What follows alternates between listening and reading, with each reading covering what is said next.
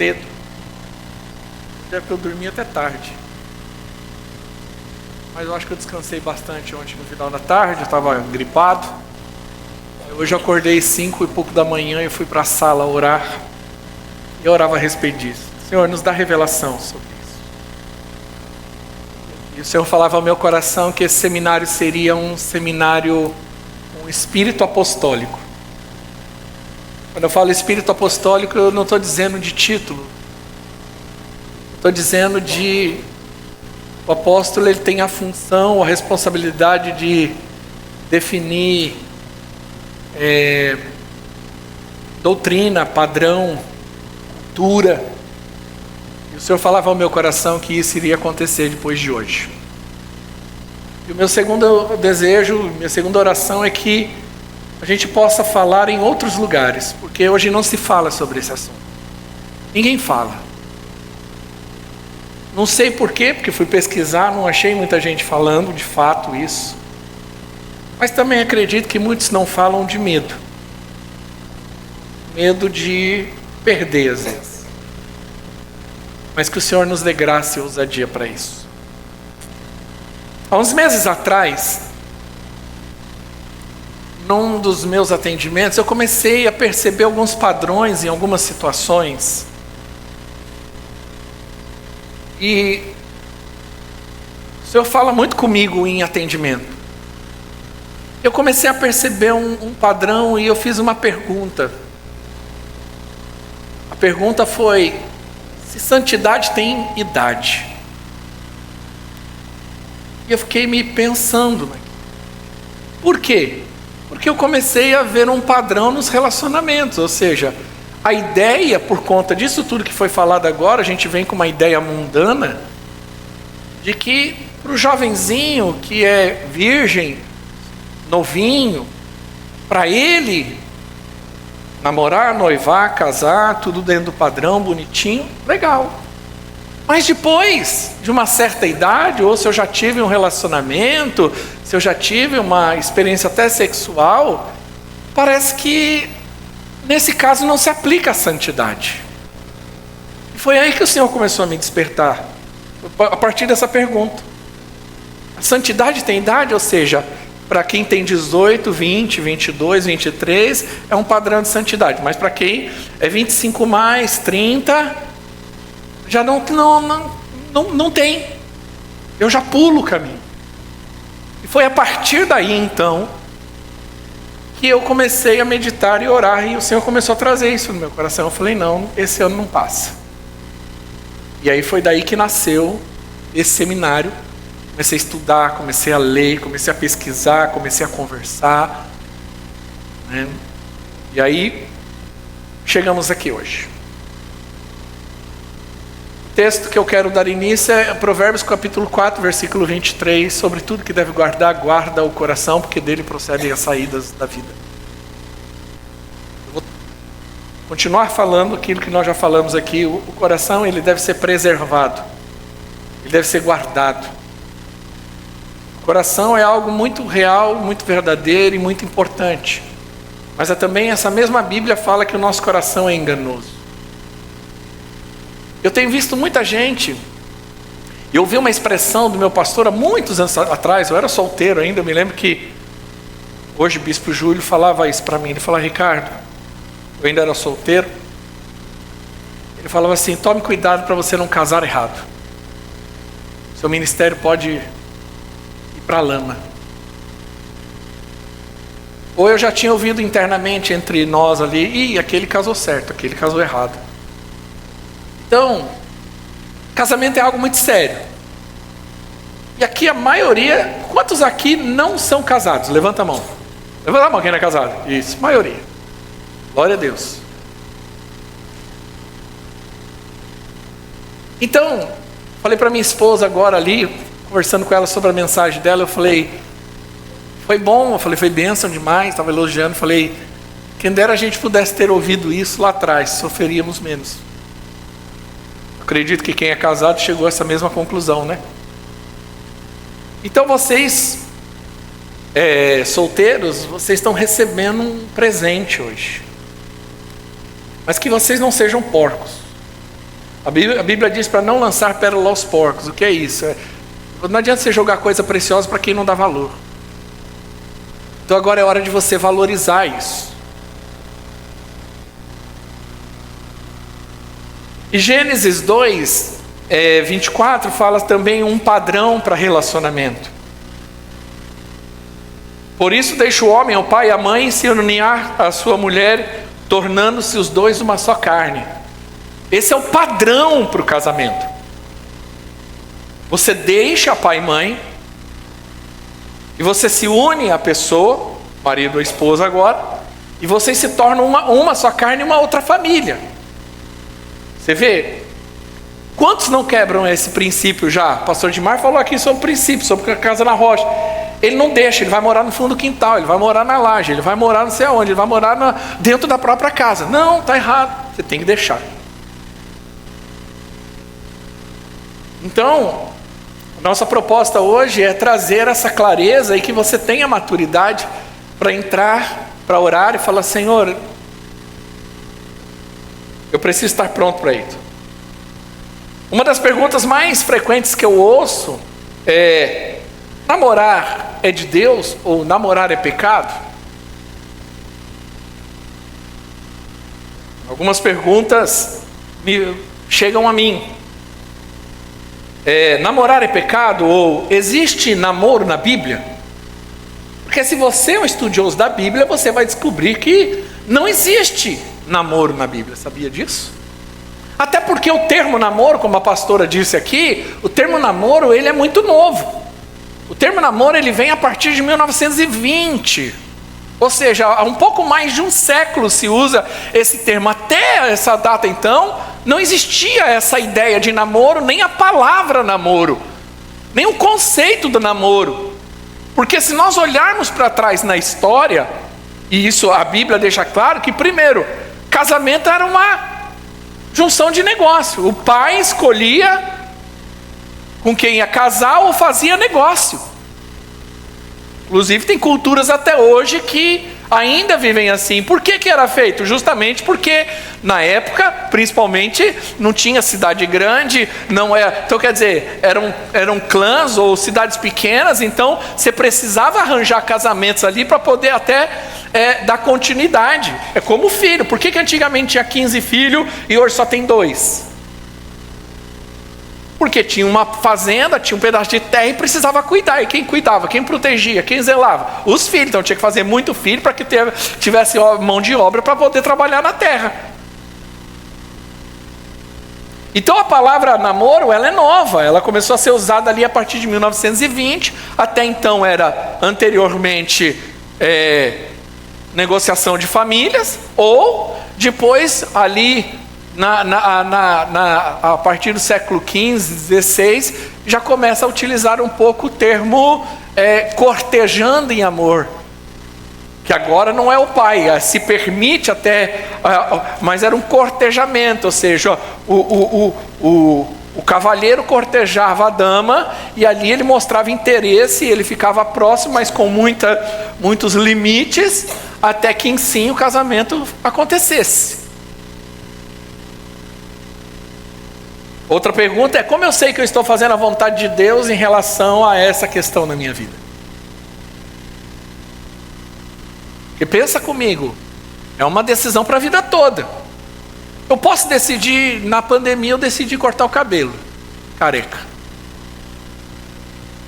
Minhas filhas que cortaram, né? Uma brincadeira, nossa, acabei ficando. Uma decisão, me arrependi depois, mas cresceu o cabelo, uma parte dele só. Mas tem decisões que você consegue resolver rápido, é uma questão de tempo, né? Mas há decisões que é para a vida toda. E mesmo que você queira voltar atrás, ela deixa muitas marcas. Porque a palavra diz que unir-se-á, então você agora tem uma ligação de alma. Quando você se relaciona e conforme o nível de intimidade com essa pessoa, você cria um laço de alma com ela. Imagine, eu tenho uma folha azul e uma folha rosa. Aí eu colo as duas folhas. Agora eu quero descolar. você acha que ela sai inteira como era antes? Claro que não. E a mesma coisa você no casamento, você nunca vai sair inteiro, você sai em pedaço. Toda vez que você se relaciona com alguém, você deixa algo na pessoa e a pessoa deixa algo em você. Por isso que a relação é algo muito sério. Inclusive deixa demônios, ou pega demônios. Se a pessoa estiver endemoniada, o demônio vem para a tua vida.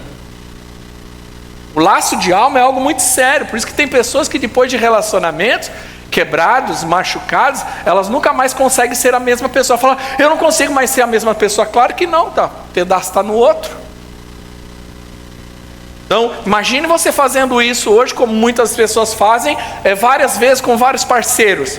Por isso que você encontra hoje pessoas com 30 anos fragmentadas. Ela perdeu a personalidade.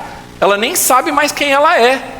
Por quê? Porque ela foi se entregando. Se entrega para um, se entrega para outro, se entrega para outro. Ela se fragmentou na sua alma. Então é algo muito sério. Relacionamento deve ser levado com muita seriedade. Com muita maturidade. E cabe a nós, os pais, pastores, a orientar.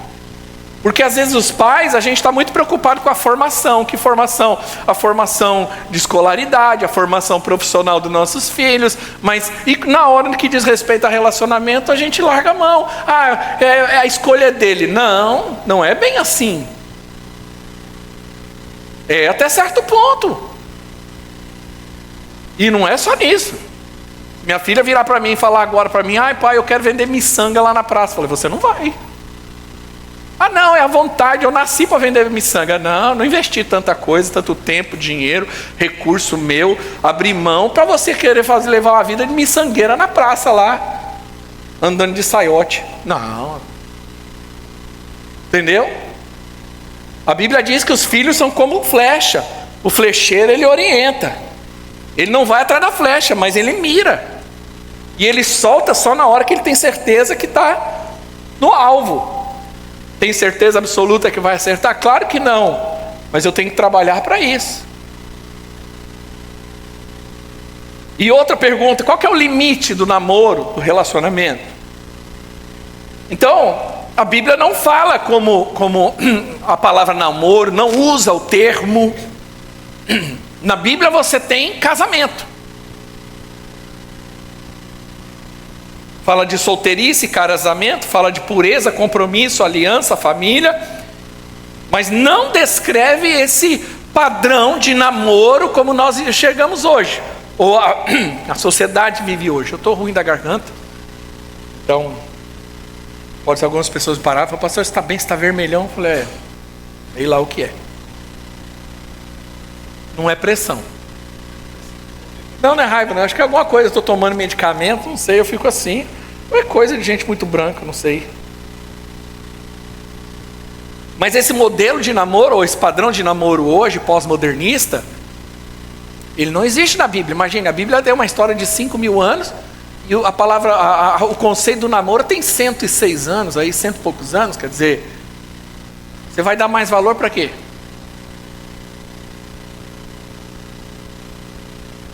Então a pergunta correta não é, o namoro existe na Bíblia? Mas a pergunta que você deve fazer é, a forma como eu estou me relacionando honra os princípios de Deus? O namoro, ele não deve ser um fim em si mesmo, mas ele deve ser uma ferramenta para você conhecer e discernir se existe potencial para se fazer uma aliança. Então esse período entre estar solteiro e casamento, que convenhamos, esse período precisa existir, né? Nós não estamos lá naquele período em que você faz o casamento arranjado na internet. Às vezes você já viu aqueles vídeos de casamento indiano, que na Índia ainda é assim.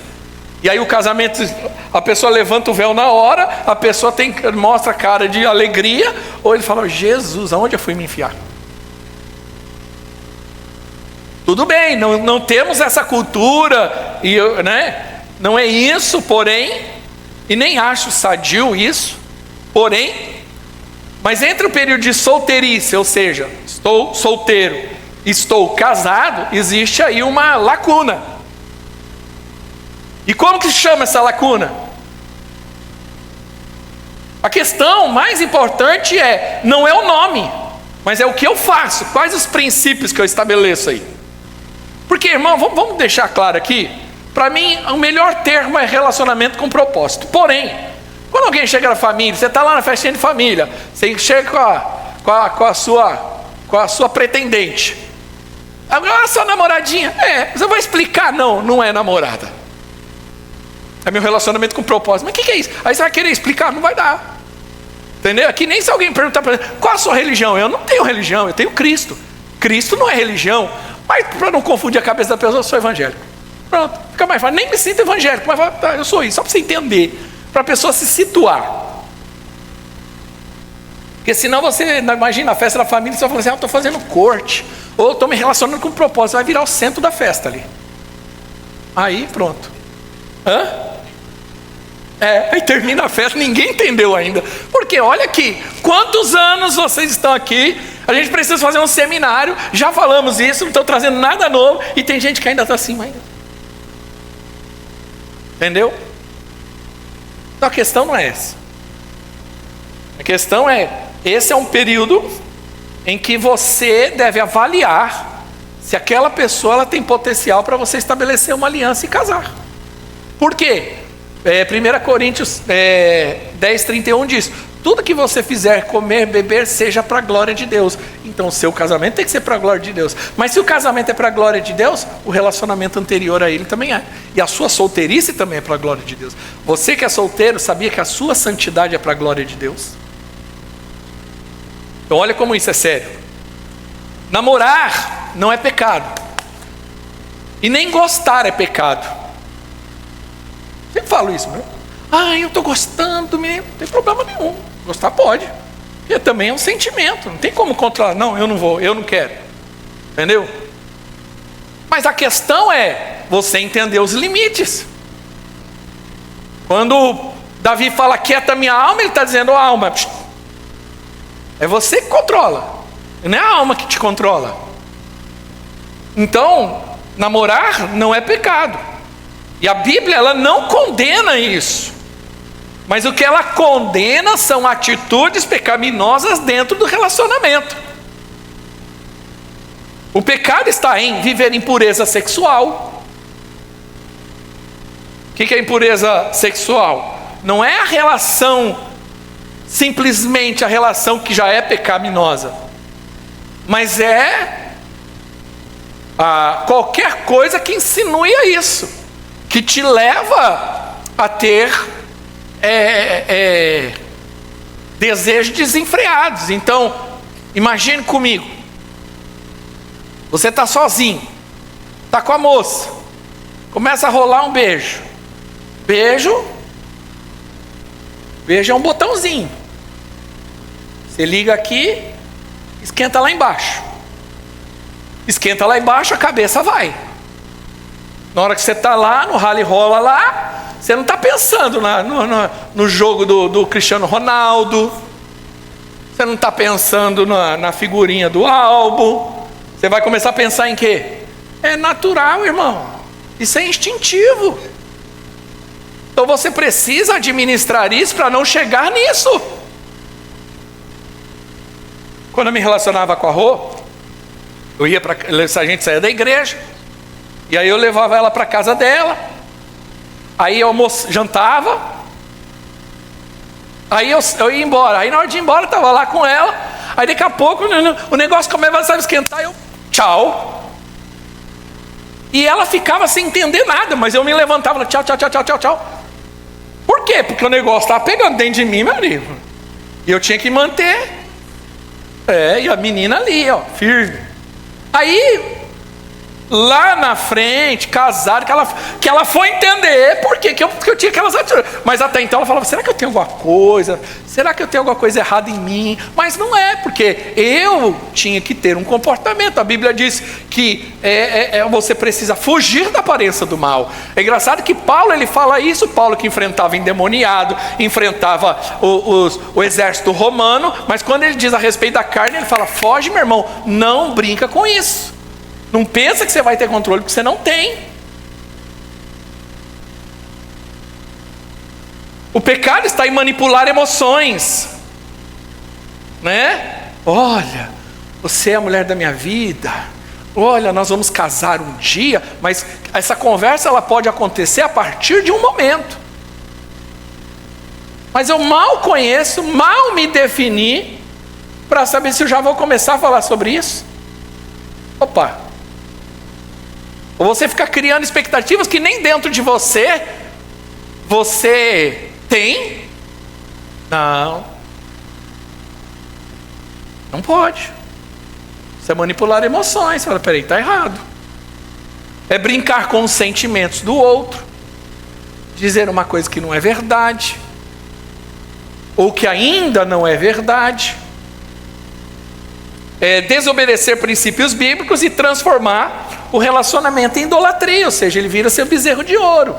É a coisa mais importante da sua vida. Então, a pessoa começa a se relacionar, ela está na fase escolar, ela cai em rendimento escolar, aí ela começa a ficar rebelde dentro de casa, porque vive apaixonada, vive lá com isso, aí já não quer mais servir na igreja, não quer mais fazer isso, porque aí virou o ídolo dela.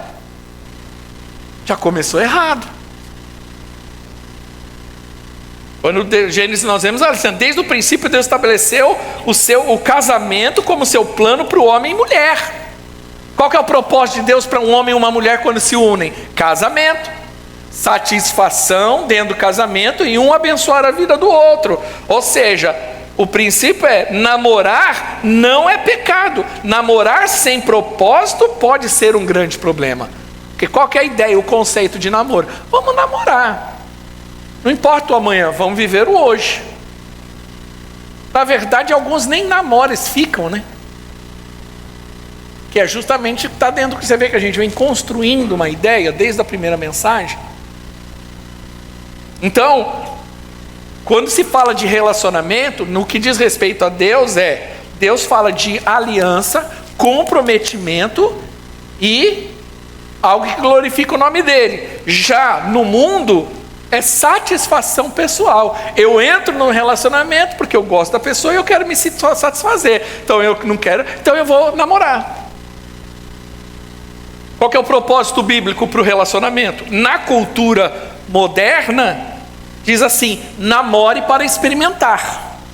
Então a ideia de que uma pessoa casar sem ter intimidade é um absurdo. Não, como que você compra um carro sem fazer test drive? Não, primeiro tem que experimentar para ver se vai gostar. Peraí. E se você se sujeita a isso, mostra qual é o teu valor? Nenhum. Não, eu estou me guardando. Entendeu?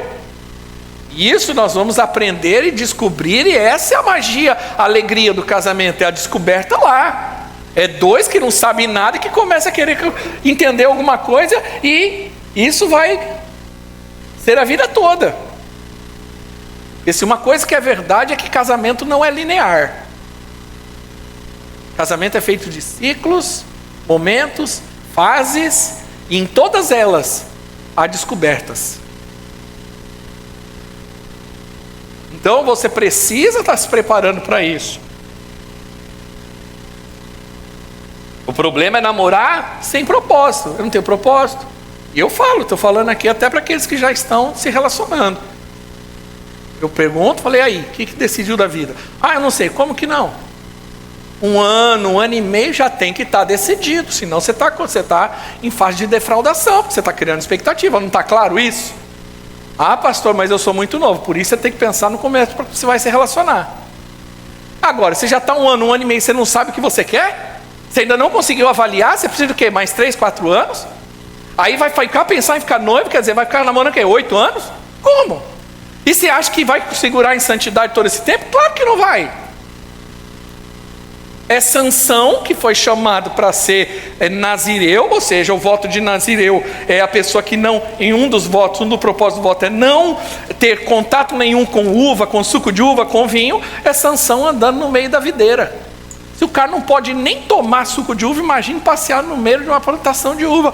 Namorar muito tempo é isso. É você passeando no meio da plantação da uva. Uma hora vai. Então, Você precisa estar decidido. Não estou precisando que tem cada... Mas olha, o que é? Então tá bom, então não vamos mudar o status aqui. Que na nossa cultura é noivado. E aí sim, está muito mais focado. Aí já tem tempo, prazo, data, fazer conta. Primeira coisa que eu faço, quando alguém vem conversar comigo sobre casal, eu puxo uma folhinha. Vocês querem casar? Vamos fazer conta. Primeira coisa que eu faço. Quanto vocês ganham? Quanto custa para viver hoje? Vamos lá. Tem casa própria? Não. Aluguel? X. Não, primeira coisa, dízimo. Aí, aluguel, água, luz, somo tudo, falei assim, ó. Bem-vindo à vida adulta. Qualquer coisa fora disso, meu irmão, sai fora. Não, pastor, eu tenho fé, vou viver de amor.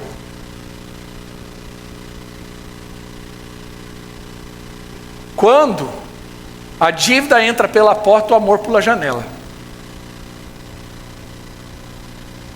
Hoje eu estava falando isso com uma pessoa, um dia desses a pessoa falou assim, nossa pastor, mas você é tão frio em relação a isso. Espere frieza hoje. Porque você vai entender que relacionamento é menos emoção e muito mais razão. Já a Bíblia ensina, relacione-se com propósito.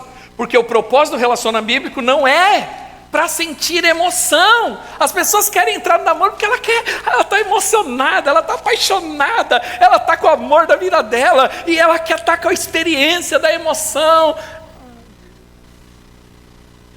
E aí, se ligar demais à emoção, tem gente que a chave geral da razão faz assim, pluf, acabou. E aí acabou, não vê mais nada, fica cega de amor. Paixão é burra. Fica cega.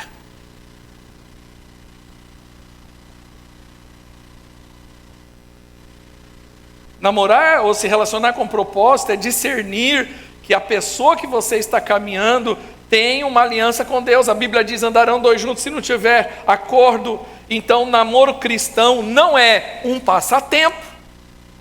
Vamos se relacionar, vamos viver a vida, vamos curtir nós dois. Não é um teste emocional. Eu gosto, mas não gosto muito, mas ela não gosta, mas eu também não gosto, então vamos ver se a gente se gosta. Não. E também não é uma brincadeira.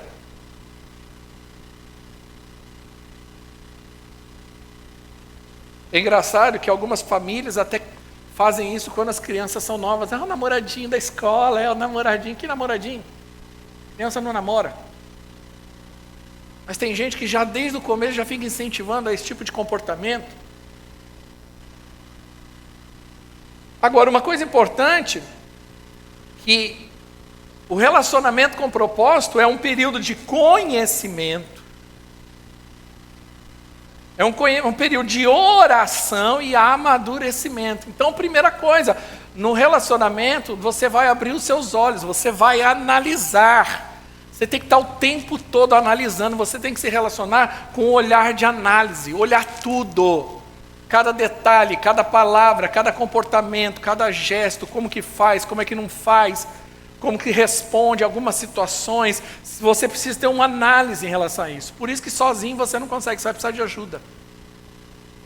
Porque às vezes você está tão apaixonado que você não enxerga aquilo que o outro está enxergando. Por isso que pai e mãe, ou aqueles que nos amam de fato, são primordiais nesse período.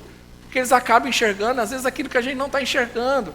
E vou te falar, vamos estabelecer aqui um propósito. Irmão, você nunca vai ser feliz se você não estabelecer um relacionamento com honra. Honra teu pai e tua mãe. Primeira pessoa que tem que aprovar o seu relacionamento depois de Deus são os seus pais.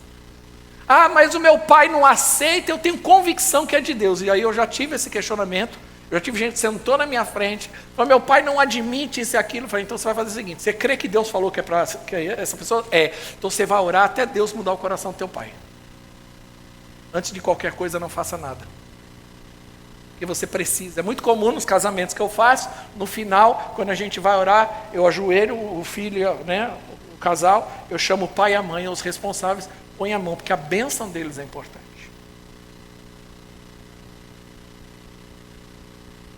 Precisa observar, precisa orar, de fato, e precisa amadurecer. Agora, o maior problema não é a solidão, é a idolatria. A Bíblia diz, Mateus 6,33, buscar em primeiro lugar o meu reino e a minha justiça, as demais coisas vos serão acrescentadas. Muitas pessoas acreditam que serão felizes apenas quando encontrarem alguém. Então ela vive numa solidão e ela não sabe ser solitária, ela não tem prazer no estar sozinho. Então ela vive buscando que eu preciso de alguém para me completar, porque é aquela música do Fábio Júnior, metade da laranja, amante, dois irmãos, alma gêmea. Eu tenho minha alma gêmea. Que alma gêmea? A alma gêmea. Pastor Edmar tem as tiradas dele. Casar errado. Pastor Edmar precisa montar um show de stand-up, gente. Stand-up gospel, ele tem as tiradas. Eu estava ouvindo essa mensagem dele essa semana, eu não estava aqui no culto domingo, e eu fiquei ouvindo em casa, eu falei, já vem. Na hora que ele estava falando, na hora que ele muda o tom, eu falei, já vem a piada. Conheço ele já, poucos anos só. Então, não, minha alma gêmea, porque eu preciso de alguém para eu ser feliz. Não, irmão, você só vai... Sabe o dia que você estiver preparado para estar se relacionando? O dia que você estiver bem consigo e com Deus.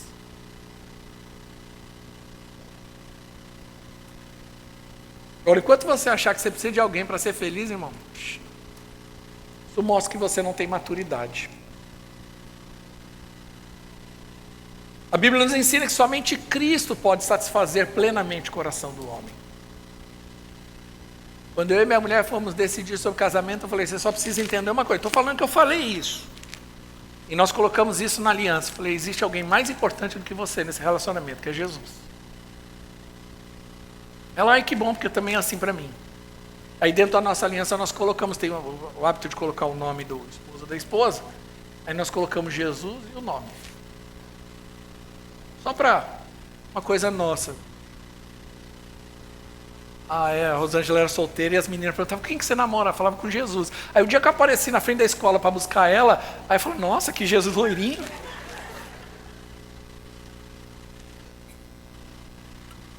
Só para dizer, irmãos, a primeira é a escola de enfermagem que ela fazia, escola técnica.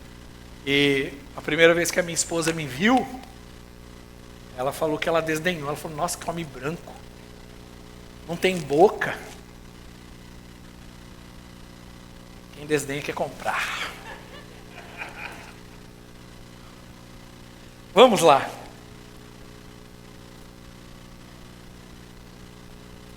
Toda vez que nós colocamos qualquer relacionamento no lugar de Deus, nós criamos um ídolo. Ou seja, frases que revelam um coração idólatra. Eu não consigo viver sem ele. Há muitos anos atrás, eu me lembro de uma cena, um problema que deu na igreja, o menino não queria mais se relacionar com a menina. Aí, eu tenho problema com dramatização, sabe? Eu tenho uma dificuldade com gente dramática. Mas eu entendo, isso é coisa de... Adulto dramático eu já me tiro do sério, mas... Jovem eu entendo. Aí a menina saiu na porta da igreja chorando. Aí ela ajoelhou, parecia uma cena de novela mexicana. Eu não consigo viver sem ele. Eu falei, meu Deus. Ou a minha felicidade depende dela. Ou a minha vida acabou depois desse relacionamento. Nenhum ser humano, nem sua mãe, nem seu pai, nem o seu marido, sua mulher, foi criado para ocupar o lugar que pertence a Deus. Então, como que eu aplico isso de fato? Pessoas saudáveis constroem relacionamentos saudáveis. Como a pastora disse, você precisa estar bem para se relacionar. Ou o pastor Edmar disse, você é a solução, você é a resposta. Quem busca a sua identidade em Cristo não transforma o namoro em um salvador. Frase de Instagram, hein? Tira minha foto, coloca essa frase e marca eu. Quem busca a sua identidade em Cristo não transforma o namoro num salvador.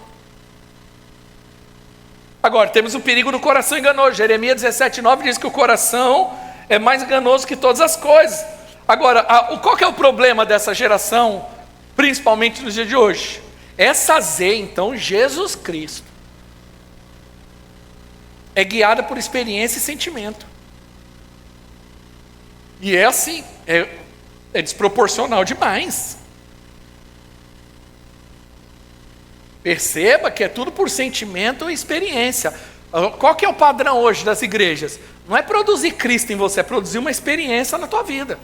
Então é luz, é isso, é aquilo, é frase de efeito, é isso, aquilo, é tudo para produzir. É desde lá da porta, plaquinha, é casa de, sabe, é água aromatizada, é cheiro, é isso, é para produzir uma experiência, para você sair daquele lugar e dizer, uau! E aí qual que é o seu padrão hoje? Como que o culto foi bom? O culto foi bom porque ele te deu uma experiência que não transformou em nada a sua vida, mas fez você sentir, uau, é uma sensação diferente.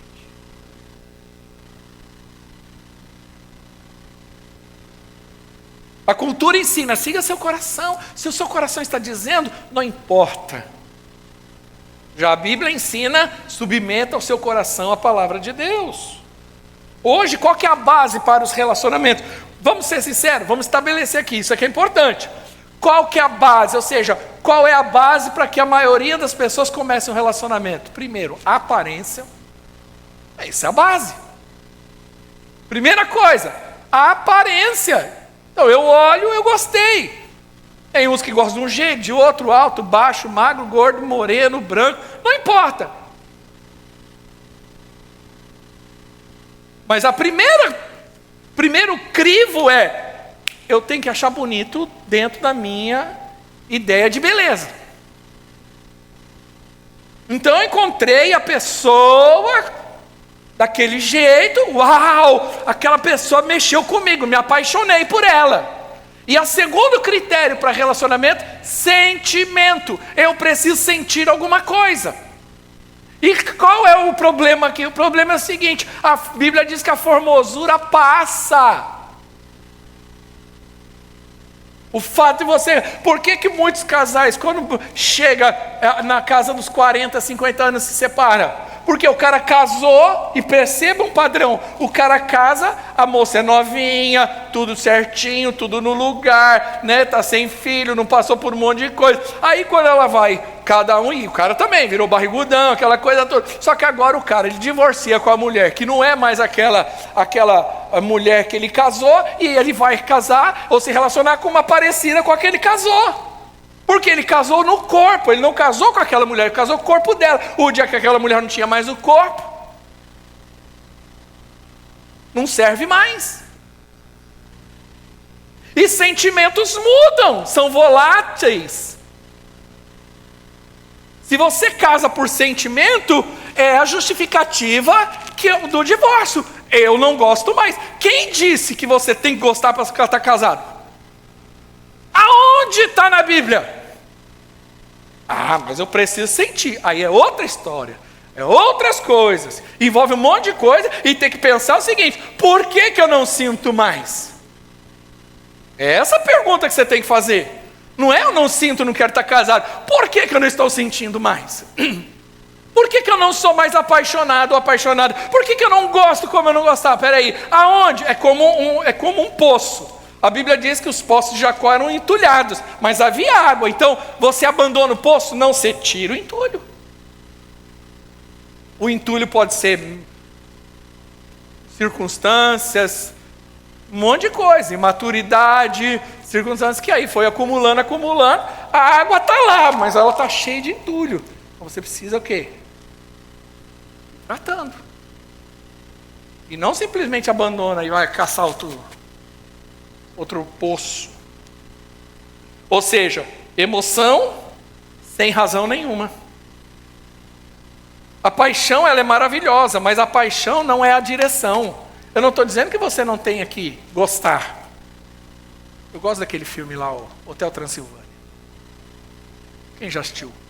O 2. Que aí o vampiro vai se relacionar e ele fala, mas você precisa ter o tchan. Não é assim que ele fala? Aí até que o dia que ele fala, é o tchan, né? É claro que precisa acontecer. Eu não estou dizendo, não estou sendo, não, vou casar porque... Não, irmãos, é claro que precisa ter esse elemento. É necessário que tenha esse elemento. Mas ele não pode ficar só nele.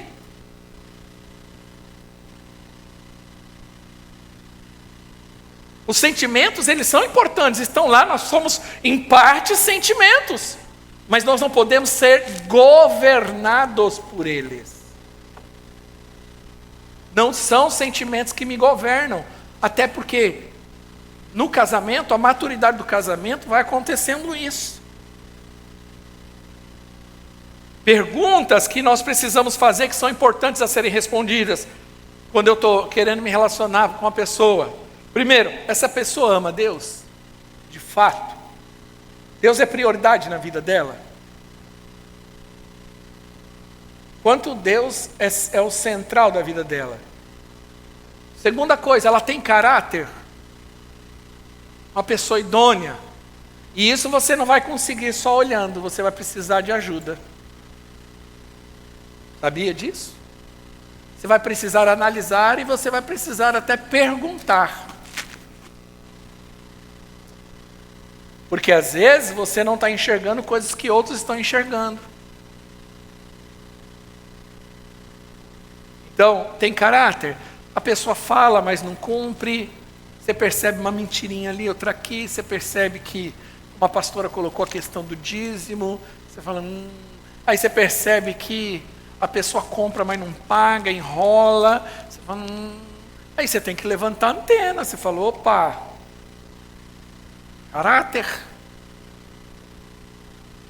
Uma pessoa que, no segunda-feira, agora, jogo da eleição, ela vai lá no UPA pedir atestado médico para justificar a falta. Isso é falta de caráter.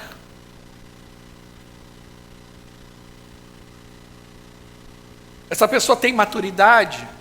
Como que ela se relaciona? Como que ela é quando ouve não? Você viu como é normal hoje em dia? A mulher fala, eu não quero mais me relacionar, o cara, eu vou matar então. Eu vou agredir, porque ele não sabe ouvir não. Mas isso não aconteceu ali, provavelmente lá no começo, ignorou os sinais. Não ignore os sinais. Pessoa, como que ela lida com a família, como que ela lida com o dinheiro, qual a maturidade dela em relação a isso. E ela produz frutos espirituais. Antes de ouvir o seu coração, examine os frutos. Imagine que você consegue controlar aqui a razão e a emoção. Que nem controlar IA, né? IA você define alguns parâmetros. Aí você fala assim, olha, razão, emoção. Ah, minha emoção está muito alta. Diminui e mais razão. Agora é hora.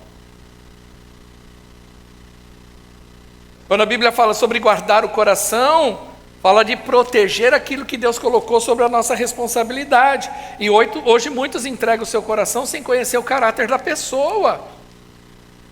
Não crie intimidade emocional profunda. Tem coisas que não é para o tempo do relacionamento ali. Como a pastora falou sobre mudar status, parece uma besteira, mas não é.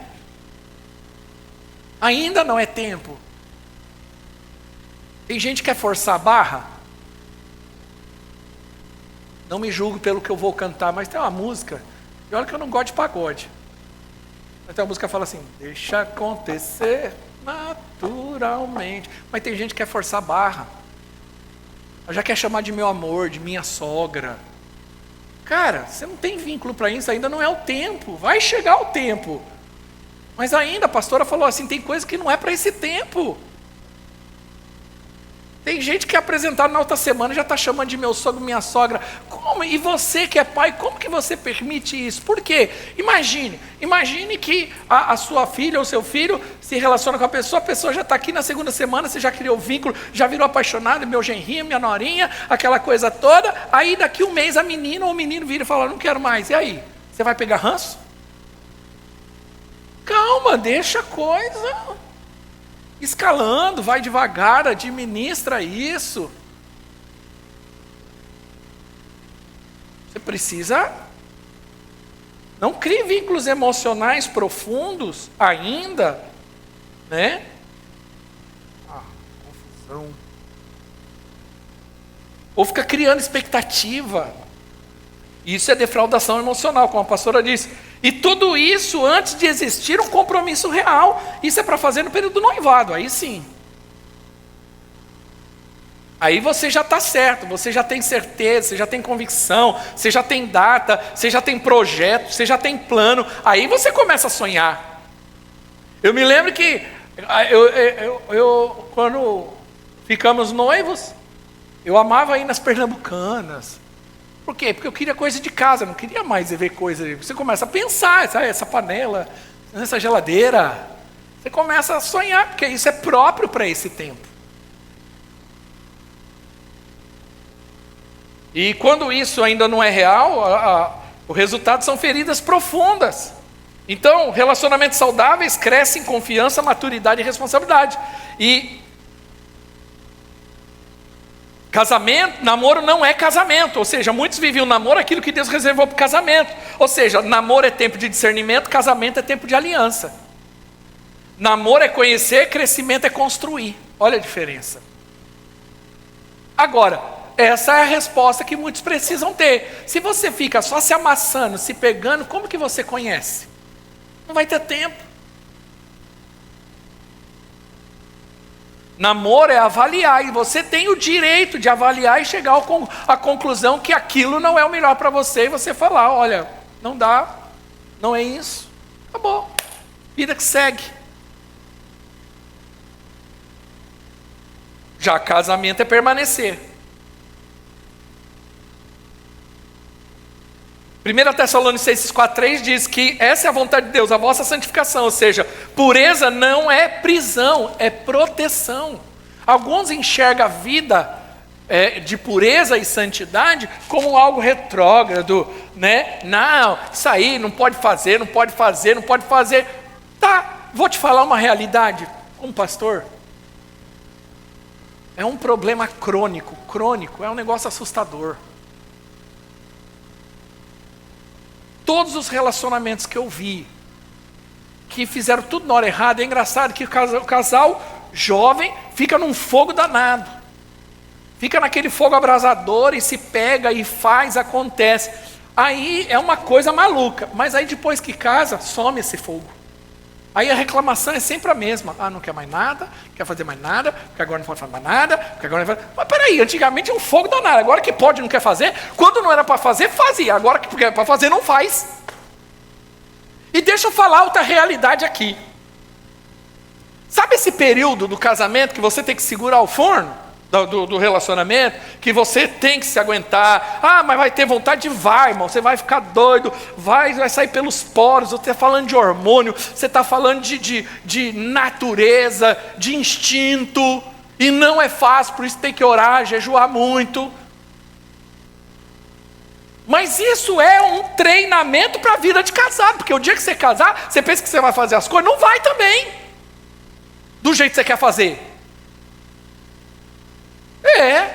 Não, vai ver, e vai ser todo dia, toda hora, vai ser nada, mentira. Porque isso não é casamento, não é desse jeito.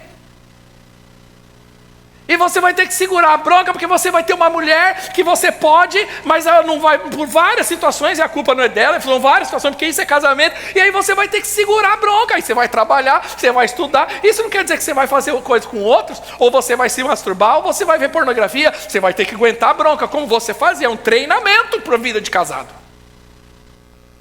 Então, a proteção, a santidade, a pureza, não é uma prisão, ela é uma proteção. Nós vivemos numa cultura que trata a pureza como algo ultrapassado. Meu Deus, quando descobriram que minha mulher, que a Rosângela casou virgem, todo mundo, nossa!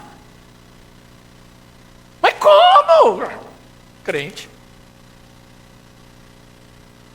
O Deus, ele criou limites para nos proteger.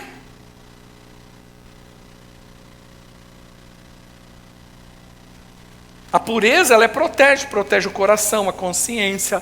Ela protege o futuro, o casamento e o seu relacionamento com Deus, porque se você começa a viver um relacionamento em pecado, automaticamente você vai se sentir acusado. Se você tem algo de Deus, você vai se sentir acusado. Se você não se sente acusado, é porque você não nasceu de novo. Aí eu entendo. Mas se você é de Deus, Por mais que você pode pecar, você vai se sentir mal, você vai falar, não, tal. E aí você vai começar a se afastar, você vai começar a se distanciar, você vai começar a esfriar, e aí daqui a pouco você vai um buraco, um abismo chama outro abismo. Agora, você precisa entender, querido, que sexualidade é uma dádiva de Deus, é bênção demais. O pecado foi o sexo, não foi. Só que ele é algo reservado para o casamento. Por quê? Porque o sexo fala de satisfação, mas não é a minha satisfação, é a satisfação do outro.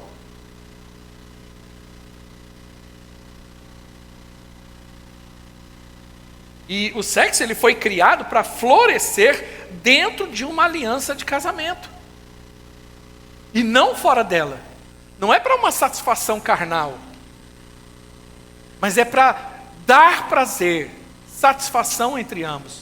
Isso você só faz porque a Bíblia diz que é santo o leito do matrimônio. E a relação sexual com alguém é uma aliança que você faz.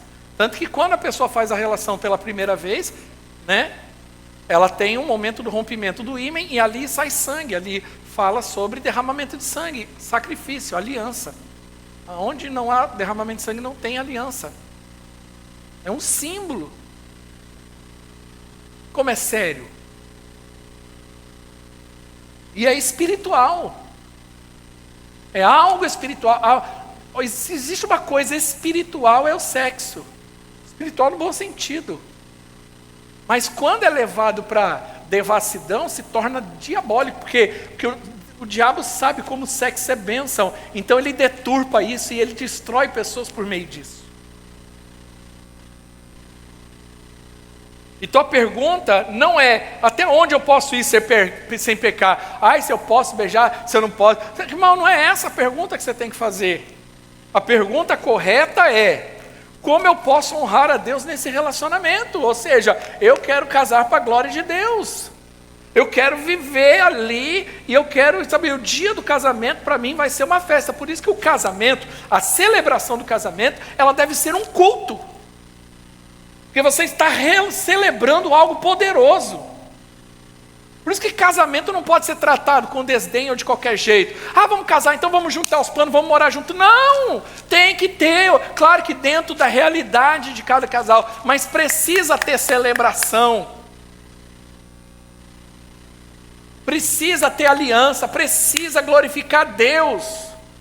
Não importa se pode ser um casamento que você gaste 30, 50, 100, 1 milhão de reais, ou que você não tenha muito para gastar, mas você precisa fazer para a glória de Deus, para honrar o Senhor, e que aquele momento é um momento de exaltação do Senhor, e você vai sair daquela cerimônia para um período de descoberta, de aprendizado.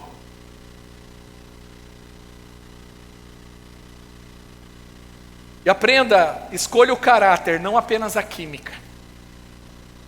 A Bíblia diz: enganosa é a graça e vã a formosura. A atração é importante, mas ela não sustenta o casamento. O que sustenta o casamento é o caráter. Então, observe a vida espiritual. Ama a Deus verdadeiramente. Observe sua integridade, cumpre a palavra. Observe a humildade, aceita a correção. Faça testes nesse período. Teste a pessoa. Serve aos outros. Como lida com pai e mãe? Porque eu vou te falar uma coisa. Quem não honra pai e mãe não vai honrar ninguém no casamento. Quem não respeita pai e mãe não vai te respeitar. Tem maturidade para lidar? Trabalha, estuda. Quer viver a vida ou quer ficar em cima de laje empinando pipa? Eu estava na minha sogra, periferia, lá de Suzano. Esse final de semana eu saí cedo. Rapaz, fazia muito tempo que eu não via tanto pipa na minha vida. Mas era pipa demais. Agora o que me chamou a atenção é que não tinha criança na rua, só tinha marmanjo. Pastor, algum erro aí? Não sei. Mas eu não consigo. De bermuda empinando pipa. Se eu ainda tenho um filho, quero levar o filho, ensinar o filho. Mas não aquela coisa maluca que eu vi, falei, não. Eu estou dizendo, tem maturidade ou o camarada passa a noite jogando videogame, dorme até as 11 horas da manhã, não quer saber de trabalho, não quer saber de estudo, e você ralando, e você correndo atrás, você vai virar o quê? Você vai virar a mãe, o pai, e você vai ficar carregando esse vagabundo ou essa vagabunda pro resto da vida. Porque se tem uma coisa que é importante, é se gosta de trabalhar e estudar. Se não gosta de trabalhar e estudar, não pode ser a pessoa mais linda desse mundo. Pula fora que é roubada. Foge. Usa o princípio da minha esposa. É melhor o feinho, o trabalhador, do que o pobre, do que o bonito vagabundo. Aí ele escolheu o feinho, o trabalhador. O evangelho é outra coisa. Quem é solteiro aqui, levanta a mão. Deixa eu falar uma coisa para você. O evangelho também é para os solteiros. Paulo ensina que tanto o casamento quanto a solteirice pode glorificar o nome do Senhor. Sabe por quê? Porque às vezes coloca que ser solteiro é ruim. Ai, ser solteiro, aí está encalhado. Que encalhado, meu irmão? Você está em fase de preparação. Está lá, está preparado, está sendo preparado. E glorifique a Deus nessa fase. Sabe por quê? Porque agora você tem liberdades, você às vezes não presta conta o suficiente, então vai chegar uma hora que essas liberdades vão sumir e você vai ter que prestar conta. O pastor Edmar pregou aqui domingo. Você não tem mais nem intimidade, privacidade. Você está no banheiro tomando banho, entra um, entra outro, você não tem, você perde. Porque isso é casamento. Você tem que prestar conta. Aonde vou, quem vai, que hora que eu vou chegar, ter acesso a meu celular, minhas contas. Isso é casamento. Ninguém manda em mim. Então não casa, porque vai mandar. Vai mandar. Tem que prestar conta. Para onde vai, da onde veio, quando vai, que hora vai voltar, aonde foi, quanto gastou, quanto não gastou. Está com quem? Prestar conta. Minha mulher sabe tudo que eu faço, eu sei tudo que ela faz. Você é possessivo? Não, isso faz parte do casamento, eu já até falo antes. Eu passo minha agenda para ela, vou fazer isso, vou fazer aquilo, vou estar com a pessoa, vou atender isso, vou para fulano, vou para lá, vou fazer isso, tenho reunião e tal. Eu passo minha agenda o tempo todo para ela. E ela dela para mim.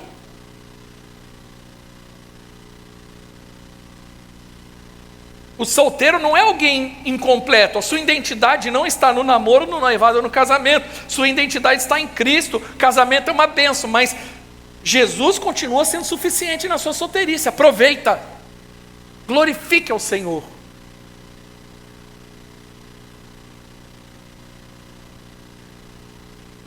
Porque na hora certa você vai entender o que é amor. Porque o amor, o exemplo é o amor de Cristo. A banda pode subir. Então, afinal de contas, a pergunta que nós precisamos responder hoje, e não sou eu que vou dar essa resposta, mas a pergunta é: namorar é de Deus? Mas vamos trocar essa palavra, mas a gente deixa entendido aqui, porque se quiser ir explicar para o povo, não vai dar certo. Então não importa. O que importa é o conceito. Você vai estudar, você vai encontrar corte. Mas o problema é que, na visão da corte, alguns foram muito radicais e uma radicalidade que não havia necessidade. Mas isso não quer dizer que, mas não funcionou. Se fizer no padrão de Deus, funciona. O problema é quando sai fora do padrão de Deus.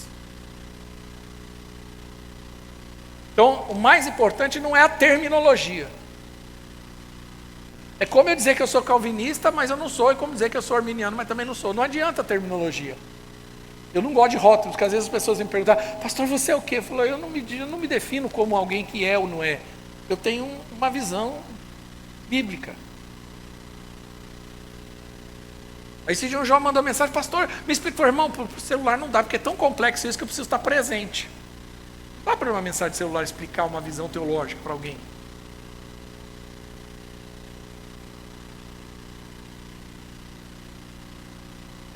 O problema nunca foi o namoro, o problema é construir um relacionamento sem Cristo, sem propósito e sem santidade. Diga assim: sem Cristo, sem propósito e sem santidade. Vai começar a se relacionar? Cristo? Cadê Cristo? Qual o propósito? E vamos viver em santidade. Ah, mas eu te amo. Você me ama mesmo?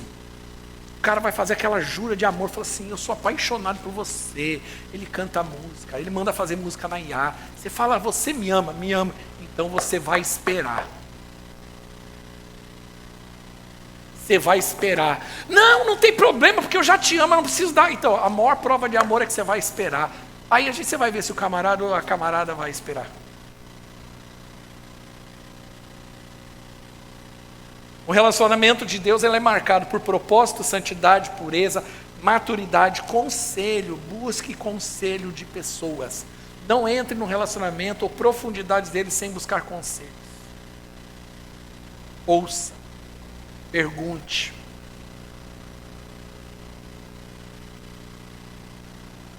O objetivo do relacionamento cristão não é apenas encontrar alguém para amar, é glorificar a Deus e discernir que aquela pessoa poderá caminhar ao seu lado em aliança por toda a sua vida. Quando eu sei que um relacionamento de alguém está sendo bom ou ruim, é fato, é só olhar os frutos espirituais daquela pessoa.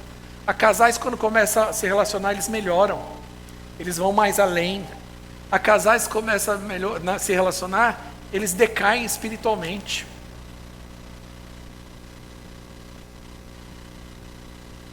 Eu quero orar com vocês. Fique de pé.